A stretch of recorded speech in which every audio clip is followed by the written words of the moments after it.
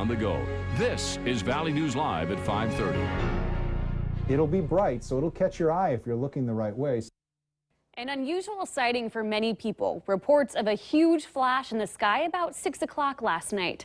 Good evening and thank you for joining us. It has many people wondering what they saw.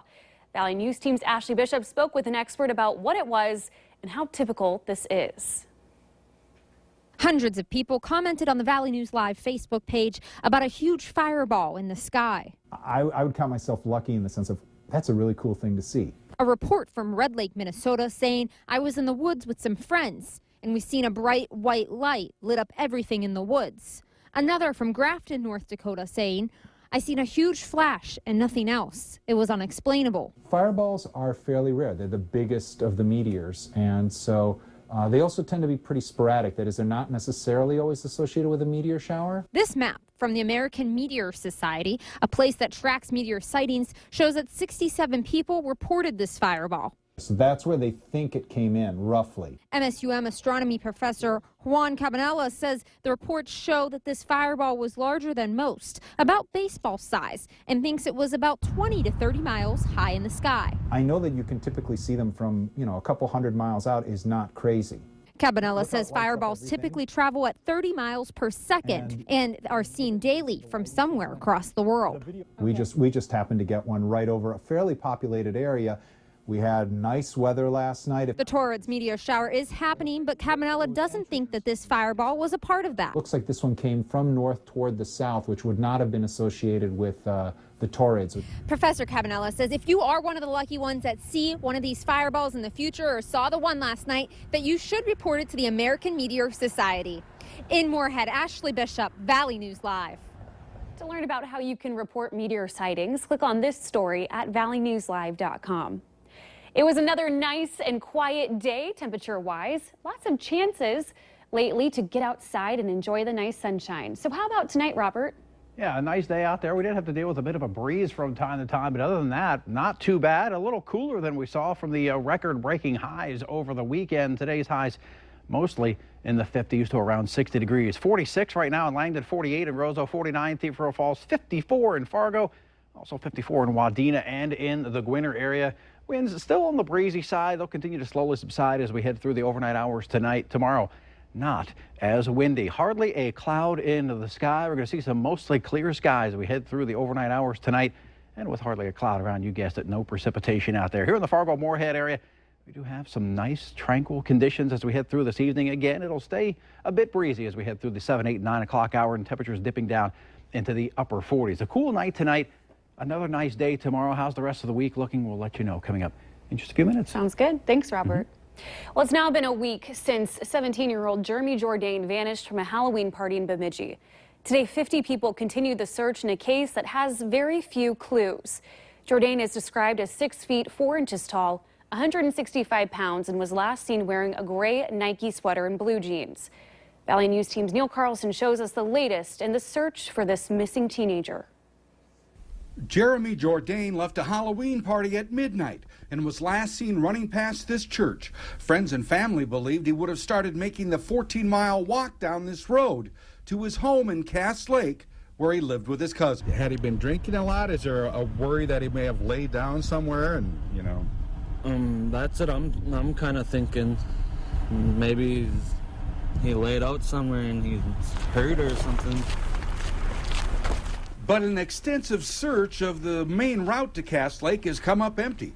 Friends and family are now searching other possible routes around the area. On the law enforcement side of this investigation, Bemidji Police Chief Mike Maston tells me, unfortunately, they do not have any new information as to Jeremy's whereabouts.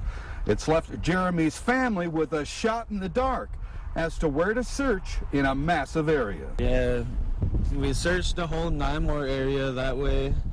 The south end of Bemidji. Yeah, then we're going up Roosevelt and Highway 2.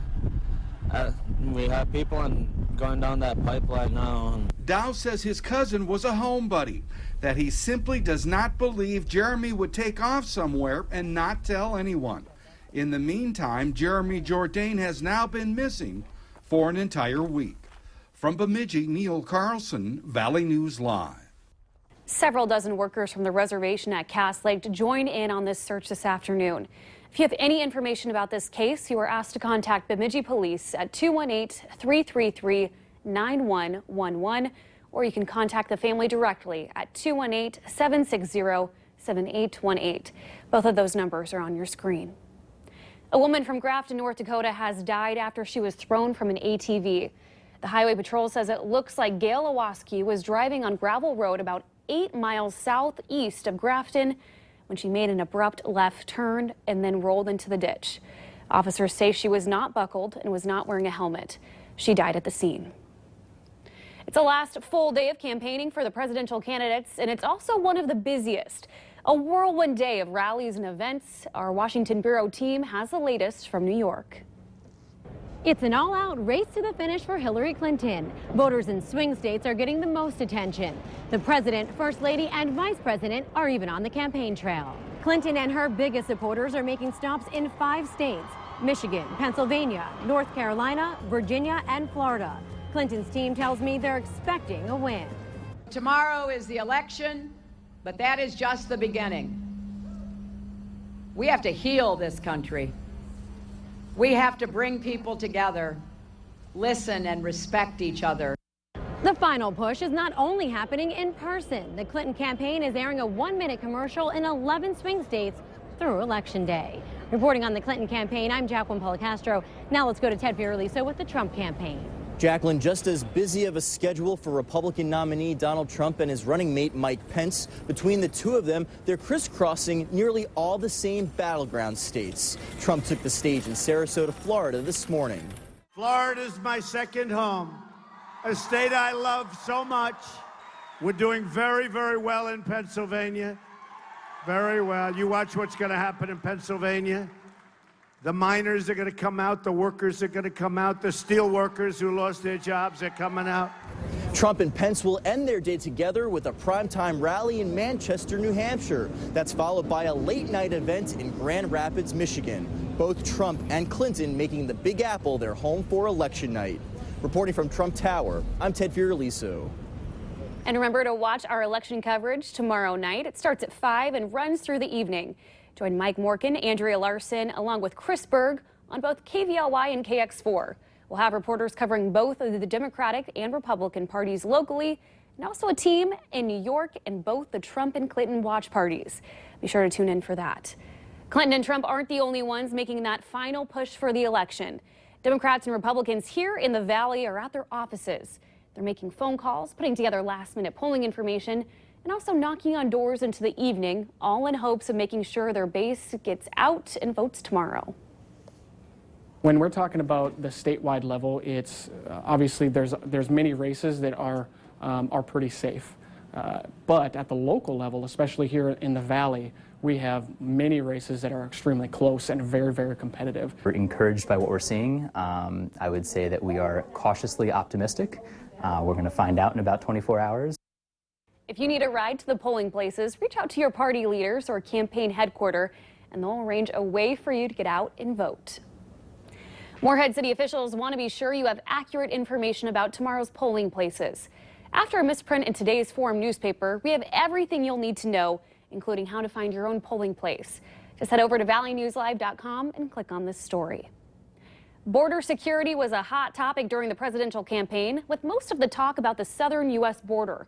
But what about the U.S.-Canadian border? Valley News Team's Bradford Eric takes us along a north ride, what's known as the Slash, riding with the U.S. Border Patrol. Their main mission is to stop terrorists from entering the country.